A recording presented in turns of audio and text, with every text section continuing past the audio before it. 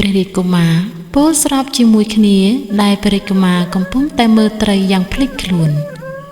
ស្រាប់តែមានអរិយផុសឡើងពីក្នុងស្រះទឹកហើយស្រែកសួរទៅកាន់សូរ្យកុមារថា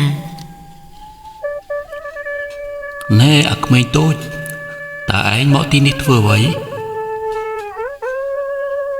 និយាយចប់អរិយទឹកក៏ចាប់កអាវព្រះរាជកុមារយួរឡើងសូរ្យកុមារភ័យស្ទើរតែលុះព្រលឹងរឿងអរិយទឹកនិងបរិជ្ជបុត្រទាំង3មានរឿងមួយដំណាលថានាសម័យព្រហ្មទត្តគ្រងបរិសម្បត្តិនៅនគរពារាណសីទ្រង់មានបរិជ្ជបុត្រពីរព្រះអង្គទី1ព្រះនាមទេពកុមារអង្គទី2ព្រះនាមច័ន្ទកុមារអគ្គមហេសីរបស់ព្រះបាទព្រហ្មទត្តបានចូលទីវង្គតតាំងតែពីព្រះរាជកុមារនៅតូចម្ល៉េះព្រះបាទព្រហ្មទត្តទ្រង់ក៏មានមហេសីមួយអង្គទៀតទ្រង់ស្រឡាញ់មហេសីក្រោយនេះយ៉ាងខ្លាំងព្រះនាងបានប្រសូតព្រះរាជបុត្រមួយអង្គព្រះនាមសូរ្យកុមារម្ចាស់បងមើលបុត្ររបស់យើងនេះគួរឲ្យស្រឡាញ់ទេម្ចាស់បងមែនហើយគួរឲ្យស្រឡាញ់ណាស់ម្ចាស់អូនបើសិនជាម្ចាស់អូនចង់ប្រាថ្នាអ្វីដើម្បីសូរ្យកុមារនោះក៏សូមមកចុះណាយើងនឹងឲ្យតាមបំណងប្រាថ្នាគ្រប់ប្រការ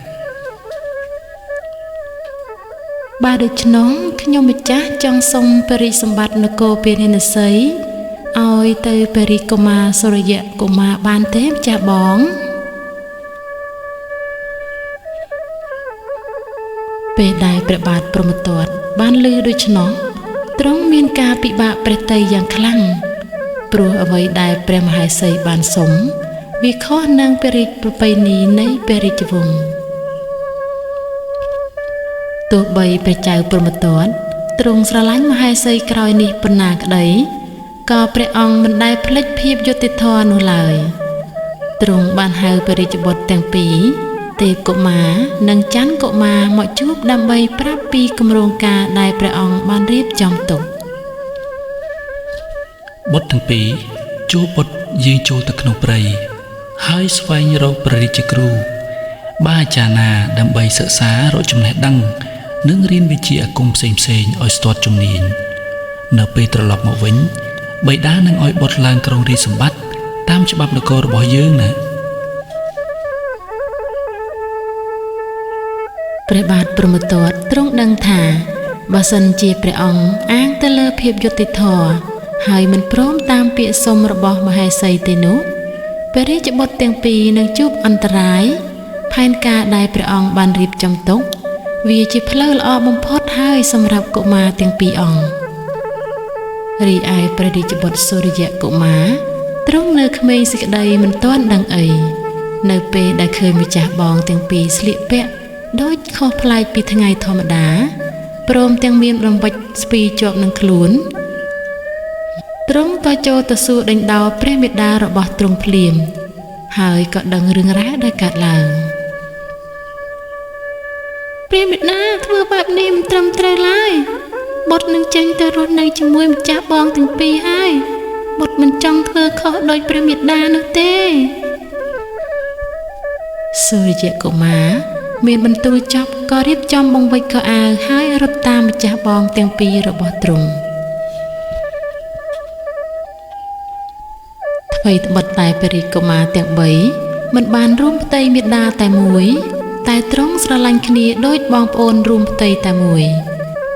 ហើយក៏យល់ព្រមឲ្យសូរ្យកុមារធ្វើដំណើរទៅជាមួយគ្នានៅពេលព្រះរាជបុត្រទាំង3បានធ្វើដំណើរទៅដល់ព្រៃជ្រៅមួយកន្លែងក៏នាំគ្នាធ្វើខ្ទមដើម្បីសម្រាកនៅទីនោះទេពកុមារបានឲ្យម្ចាស់ប្អូនទី2ជំរះស្មៅដើម្បីត្រៀមសង់ខ្ទមចំណែកសូរ្យកុមារដោយនៅក្មេងជាងគេទេពកុមារបានប្រគល់តួនាទីឲ្យទៅម្ចាស់ប្អូនទី3ទៅដងទឹកទុកប្រើនៅពេលដែលចាំបាច់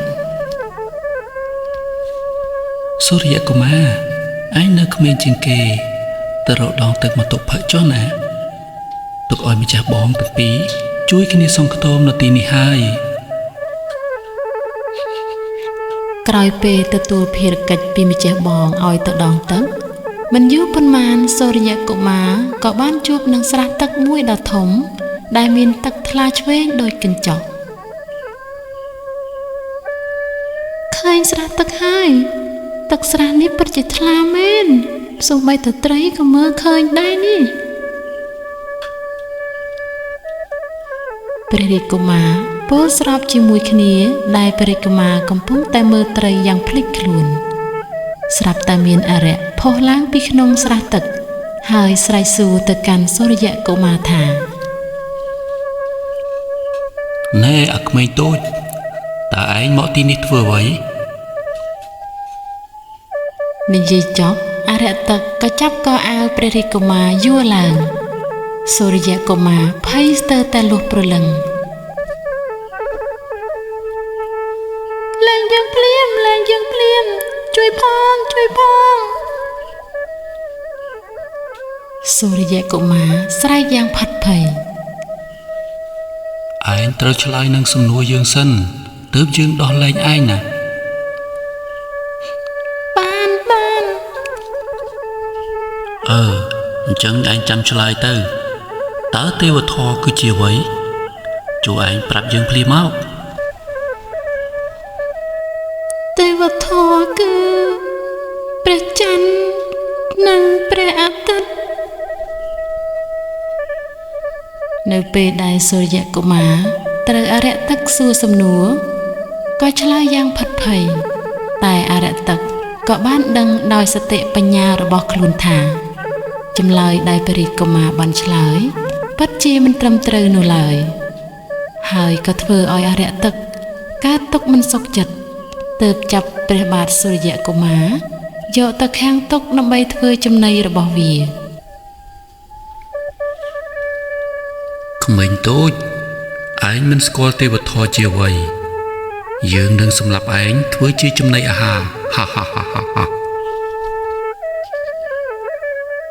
រីឯទេពកុមារនិងច័ន្ទកុមារដែលកំពុងសង្កតមមិនបានដឹងថាសូរិយកុមារត្រូវអារក្សទឹកចាប់ខ្លួននោះទេ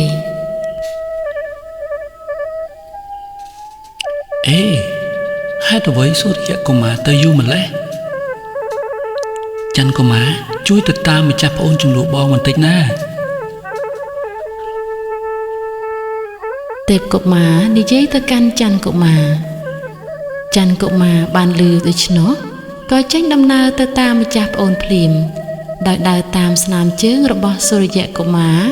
រហូតបាត់ដានជើងនៅក្បែរស្រះទឹកនោះច័ន្ទកុមារគិតថាប្អូនរបស់ខ្លួនពិតជាមកដងទឹកនៅស្រះនេះ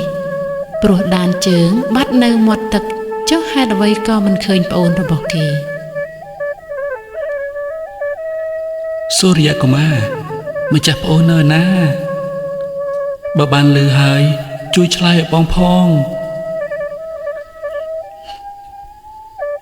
ច័ន្ទកុមារបានស្រែករកសូរិយកុមារអារក្សបានឮច័ន្ទកុមារស្រែករកប្អូនក៏ផុសឡើងមកលើផ្ទៃទឹកធ្វើឲ្យព្រះរាជកុមារភ័យស្លន់ស្លោតែក៏គេចមិនផុតពីក្រញាំដៃអារក្សទឹកនៅពេលដែលអារក្សទឹកចាប់ច័ន្ទកុមារបានហើយក៏ដេញដោលសួរពីរឿងទេវធម៌តើទេវធម៌គឺជាអ្វីបើឯងឆ្លើយបានយើងនឹងដោះលែងឯងភ្លាមទេវធម៌គឺជាទិសទាំង4នោះអីច័ន្ទកុមារឆ្លើយទាំងនឹកឆ្ងល់ហើយផិតភ័យឯងឆ្លើយមិនត្រូវនឹងយើងទេយើងនឹងចាប់ឯងទៅខាំងទុកជាមួយប្អូនរបស់ឯងទុកធ្វើជាចំណីរបស់យើងនិយាយចប់អារក្សទឹកក៏ចាប់ច័ន្ទកុមារដាក់ក្នុងទ្រុងជាមួយសូរិយកុមារនៅក្រោមដើមឈើក្បែរមាត់ទឹក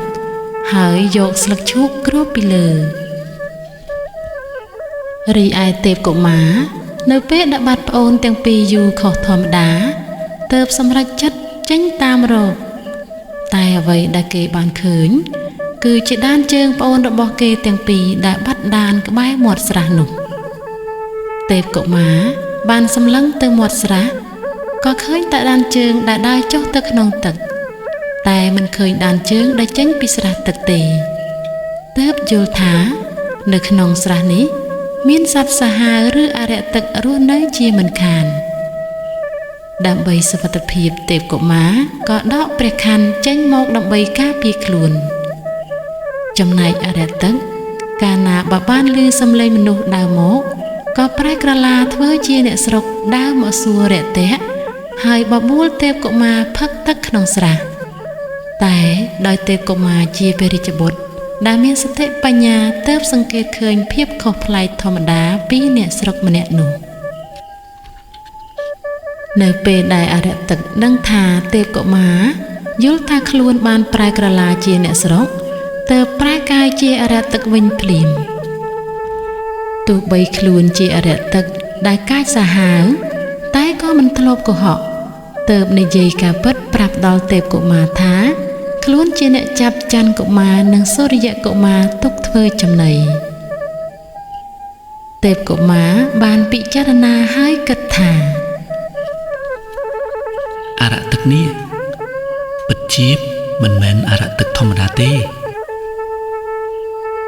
គិតហើយទេពកុមារក៏សួរទៅកាន់អរិយទឹកថាតើលោកចាប់មនុស្សដែលចុះទៅក្នុងស្រះនេះធ្វើជាចំណីគ្រប់គ្នាឬមិនមែនគ្រប់គ្នានោះទេលើកលែងតែនរណាស្គាល់ថាទេវធម៌គឺជាអ្វីទើបយើងមិនស៊ីគេណាបើសិនជាលោកចង់ដឹងទេវធម៌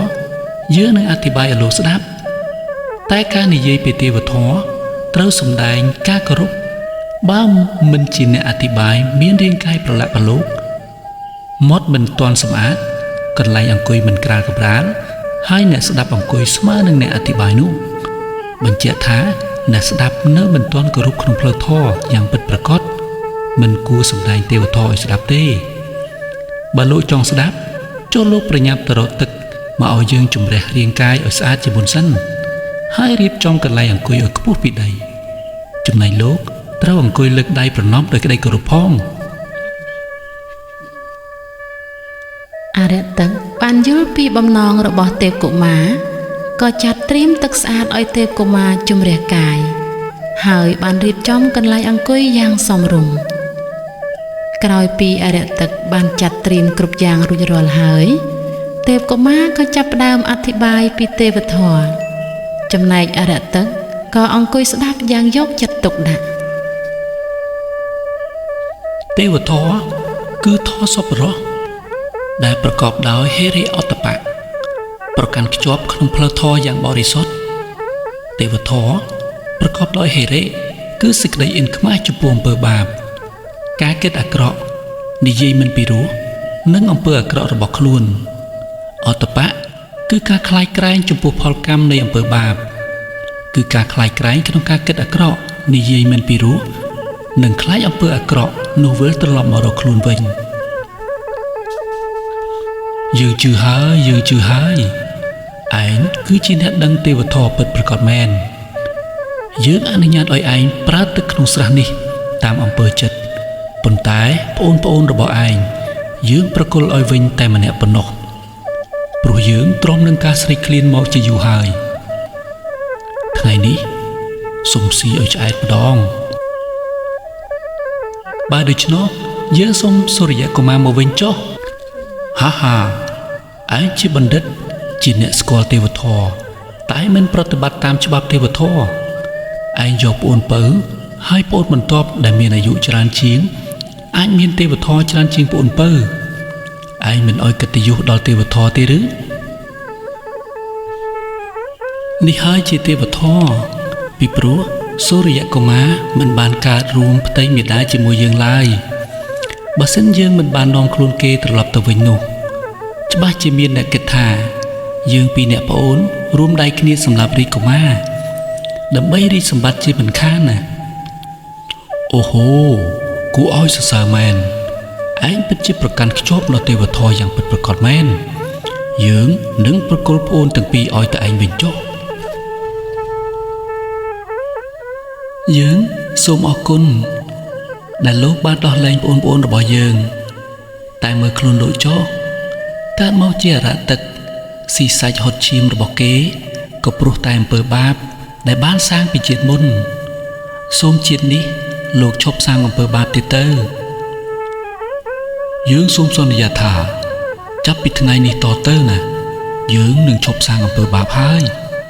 យើងនឹងប្រព្រឹត្តប្រតិបត្តិក្នុងទេវធម៌ក្រោយពីមានរឿងកាត់ឡើងរួចមកព្រះរាជកុមារទាំង3រស់នៅក្នុងព្រៃដែលមានអរិយទឹកជួយមើលថែយ៉ាងមានសេចក្តីសុខលុះដល់ថ្ងៃមួយទេពកុមារបានឃើញផ្កាយរិទ្ធអព្រះស្មីក៏ដឹងថាព្រះបិតារបស់ទ្រង់ចូលទីវង្គតព្រះរាជបុត្រទាំង3ក៏នាំគ្នាត្រឡប់ចូលនគរវិញព្រមទាំងនាំអរិយទឹកទៅជាមួយផងពេលធ្វើដំណើរដល់ព្រះរាជវាំង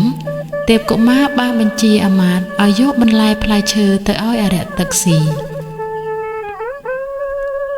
ក្រោយមកមិនយូរប៉ុន្មានទេពកុមារបានឡើងគ្រងរាជសម្បត្តិតាមប្រពៃណីហើយបានតែងតាំងច័ន្ទកុមារជាមហាឧបរាជ